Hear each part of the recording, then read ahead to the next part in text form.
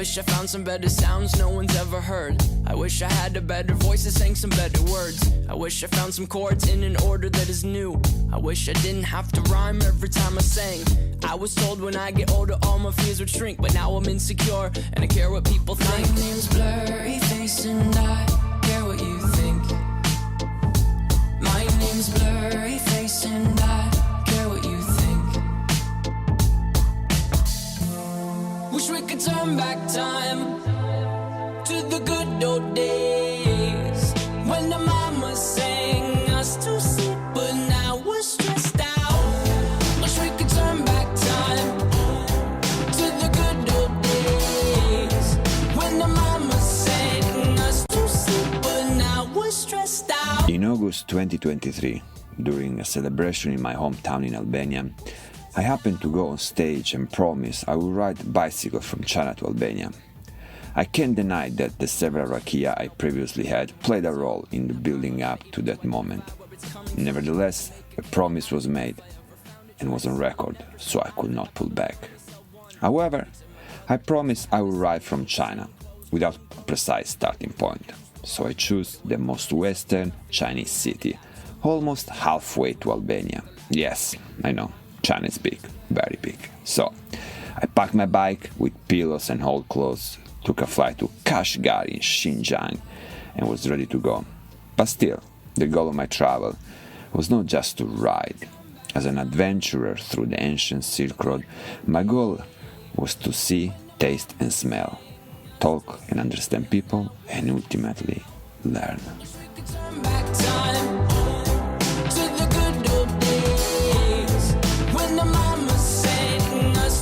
Hello from Kashgar, Xinjiang. 1 year in the making, but finally we are here.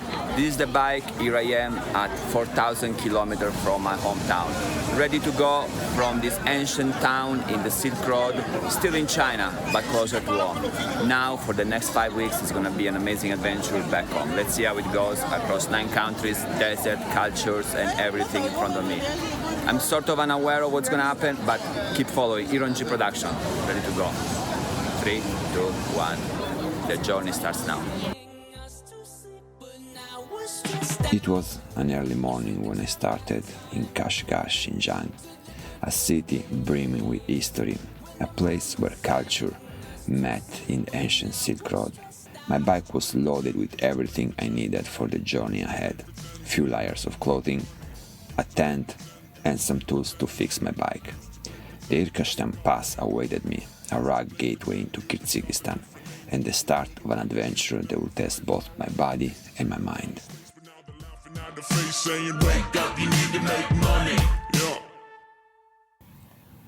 The road from Kashgar to Irkashtan Pass stretched endlessly before me, framed by the impressive Tian Shan mountain. The terrain was well paved with trucks and cars, occasionally waved to me as an encouragement.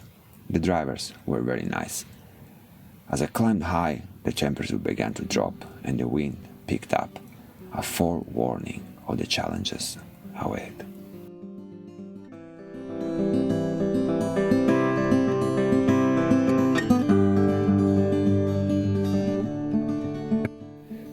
The road from Kashgar to the Kyrgyz border was a wild one, definitely wild, indeed.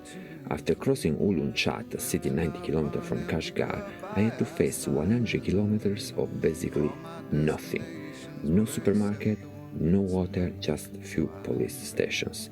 However, in one of these police stations, they gave me some water and some fruits. For today is over. It's almost dark. This is the first roof I could find, and I will sleep here. And the sky isn't very nice in my range, so I definitely need a roof over my head. And this was the only roof I saw in basically 50 kilometers. So it's a sort of bus station, but will do.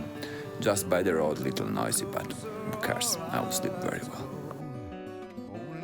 Like gravity are places that pull. If ever there was someone to keep me at home, it would be you. After 50 kilometers, the day after, I found a little supermarket, the only one where I could finally eat some bread and some carbs that let me go ahead. Got my indignation Crossing the border into Kyrgyzstan felt like entering another world. The landscape shifted, becoming wilder, more unforgiving. The air grew colder. We were already at 3,000 meters in elevation.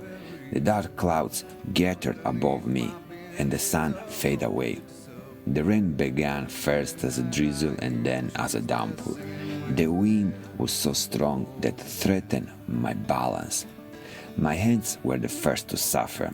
Despite my gloves, the freezing temperature numbed my fingers until I could barely grip the handlebars. I pressed on, determined not to stop, knowing that pausing would only make the cold worse. Each kilometer felt like an eternity, the relentless wind and rain sapping my energy, and at the end, I was forced to stop and ask for help. Thanks God, a military truck passing by stopped. Of course, I had to pay them quite some money, but in that moment, that was very important. They took me down the mountain, and after, I felt relief. After a few hours of battling the elements, they took me to Saritash. The small village, nested in the valley, was a beacon of hope against the harsh landscape. Exhausted and frozen, I was welcomed by a local family who offered me warmth and shelter. Their hospitality was a reminder of the kindness that often accompanies remote places. You think you have to want more than you need until you have it all. It was a dramatic day, at least in the beginning. I was at 3,400 meters, very strong wind against. It started raining, I was freezing. And then someone passed by and gave me a ride. Here I am in Saritash, crossroad in eastern Kyrgyzstan. From here you can go to Tajikistan. The other one here you go to China. And here, where we go tomorrow, we're going to Osh. Ready to go to Osh, third day. Second day in Kyrgyzstan, just got this amazing breakfast of some jam, butter and bread. Very classical, and it's a little raining outside. It's gonna be another long day. Let's get ready.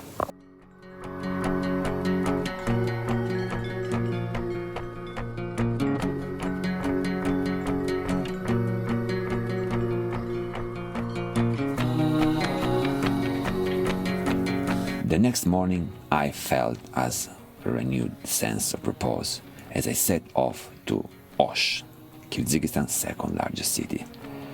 The ride was challenging, but less brutal than the Irkashen Pass. First, I had to go up to the highest point of this adventure, going to climb up to 3,700 meters in elevation. But this time, I was prepared, fully dressed up, gloves. The weather was nice, even though windy and cold, but I could make it. And after climbing to 3,007, I started a long way down, going down to 800 meters, a long way down to 1,000 meters that I will try to enjoy after the madness of the previous day.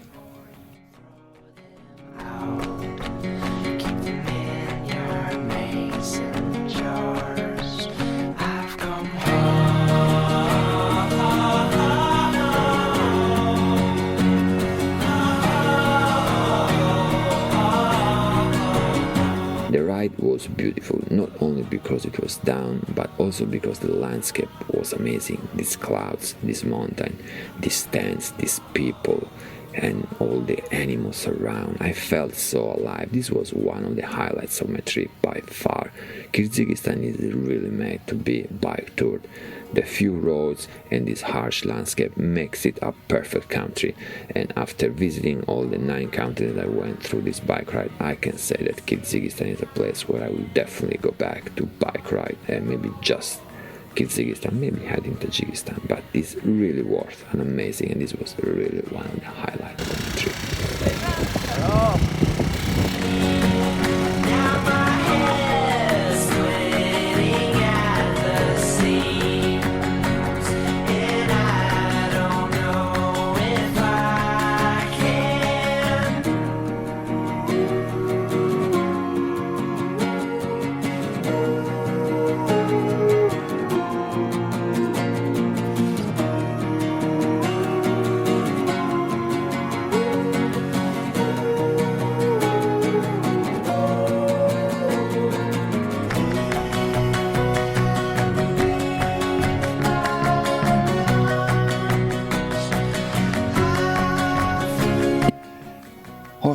greeted me with his bustling street, colorful bazaar, and the towering Suleiman Mountains in the background. I spent here a day. I was hosted in a hostel indeed by a very interesting person. This guy, he fought in Ukraine.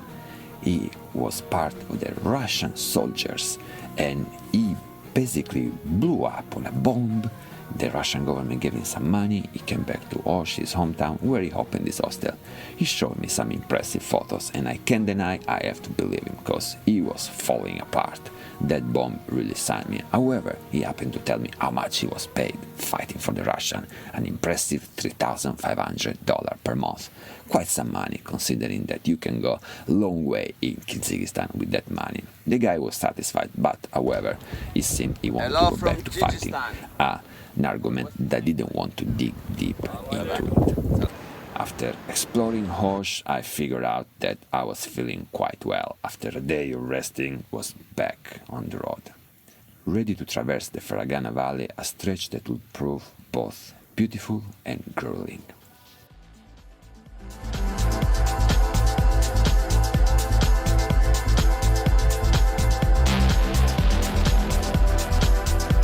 The Ferragana Valley was a tapestry of green fields, flowers and small villages. Farmers waved as I passed by, children ran alongside my bike, laughing echoing in the air. Would you like tea? Yeah, thank you. Cool. Blue and Blue is okay. blue.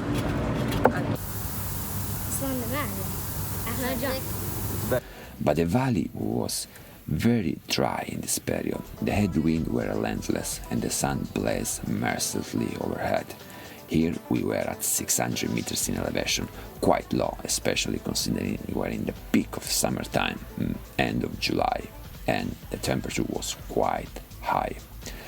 By the time I reached the border with Tajikistan, I was physically drained and exhilarated by the progress made. This day I rode like 230 kilometers. Quite impressive considering that I had basically no food, and the problem was that once crossing into Tajikistan I had to ask for some money because all the currency exchange were closed. So local people were nice and they borrowed me and I gave them some US dollar. On the way in Tajikistan I also had the opportunity to find some local kids having a PE class, and I thought about why not joining them, and I gave them a small PE class. The kids were very happy to see a foreigner coming and spending some time with them. They were full of questions, however, as usually, the language barriers were hard to surmount.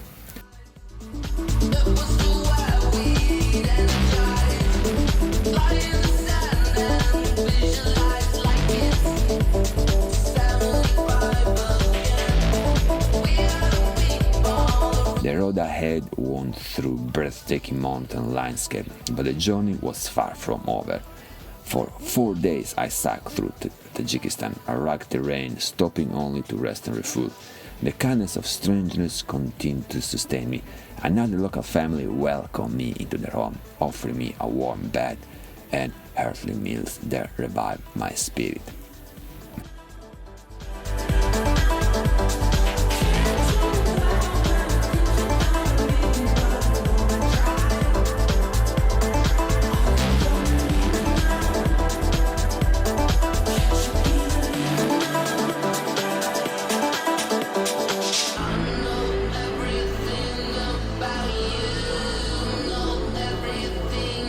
Tajikistan is a country which is 93% mountain, so the mountains really define the country itself, and this tells you the long story of how this country is divided between north and south.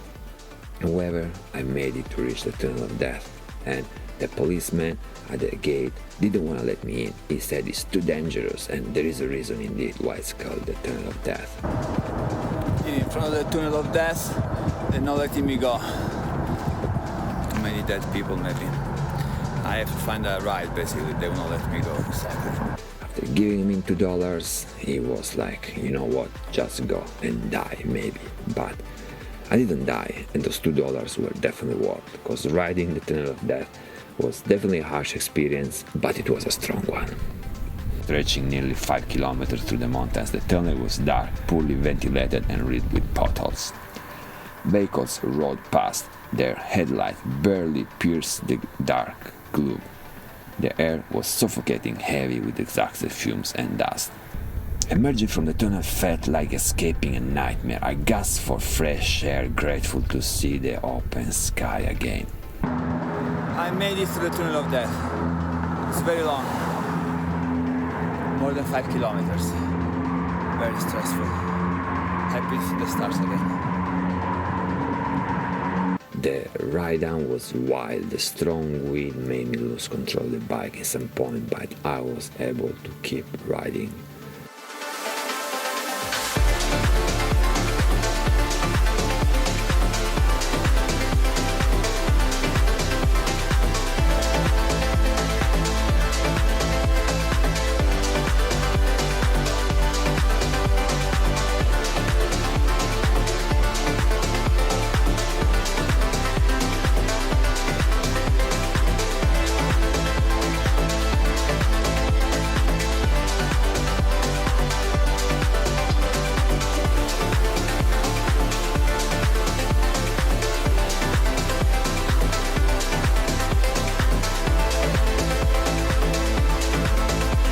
Down, I found a local town where someone again offered me hospitality, but this time I felt like I had to pay them something. They even cooked for me. It was amazing. Hosted by this family, some local kids had the opportunity to ride a bike, maybe for the first time.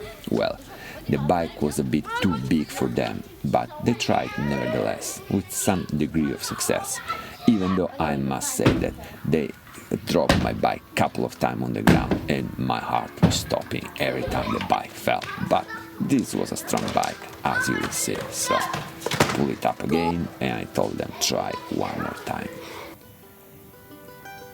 Such is the way of the world, you can never know just where to put all your faith and how will it grow. Gonna rise up, burning black holes and dark memories.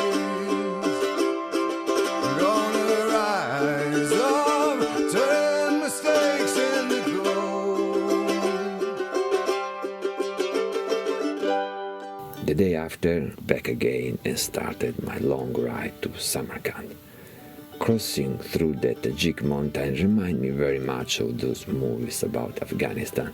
People here look very much alike Afghan people. They wear the same costumes, and 11 million Tajik live in Afghanistan while only 4 million live in Tajikistan. This tells you a lot about the cultural and ethnic bounding between the two countries. Time too fast to fold, suddenly swallowed by signs, lo and behold. Gonna rise up, find my direction magnetically. Gonna rise up, throw down my ace in the hole. Here I crossed into Panchganat, a city where I was once again hosted by someone that offered me hospitality for the night as the rain was coming. It was very nice of these people that felt pity for me going through so many kilometers alone with just a tent.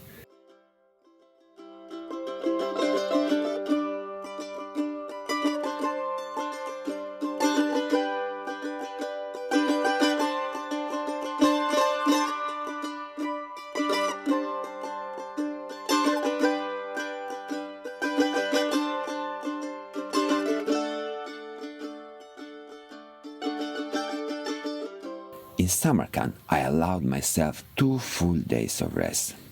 I roamed around the city, especially the majesty of Registan Square with the madrasas all around, with these mosaics all around me that build such a special atmosphere, bring me back in time like those days during the Silk Road.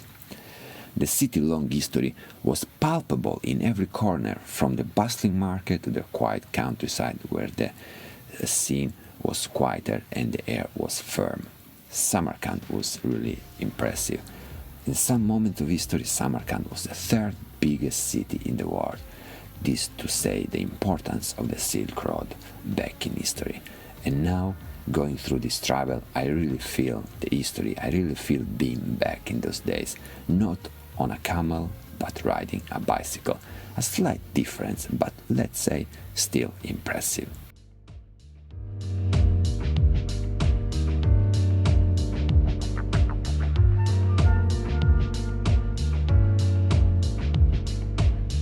Samarkand was more than just a physical viewpoint indeed. It was a spiritual midpoint in the journey. Sitting in the heart of the ancient city, I felt a deep connection to the traveler who had passed through me before, carrying goods, stories and dreams along the Silk Road. As I prepared to continue my journey, I felt a renewed sense of purpose. The road ahead was still long, but Samarkand had given me a moment to pause, reflect and appreciate the incredible adventure that I was living. However, Samarkand, a beautiful city, is inside Uzbekistan, a country that I must say I wasn't really impressed. However, from Samarkand to Tashkent, I had to take a train. I was too scared to ride in the Uzbeki roads. In the way from Tajikistan to Samarkand, I almost had a big accident and two vans almost hit me.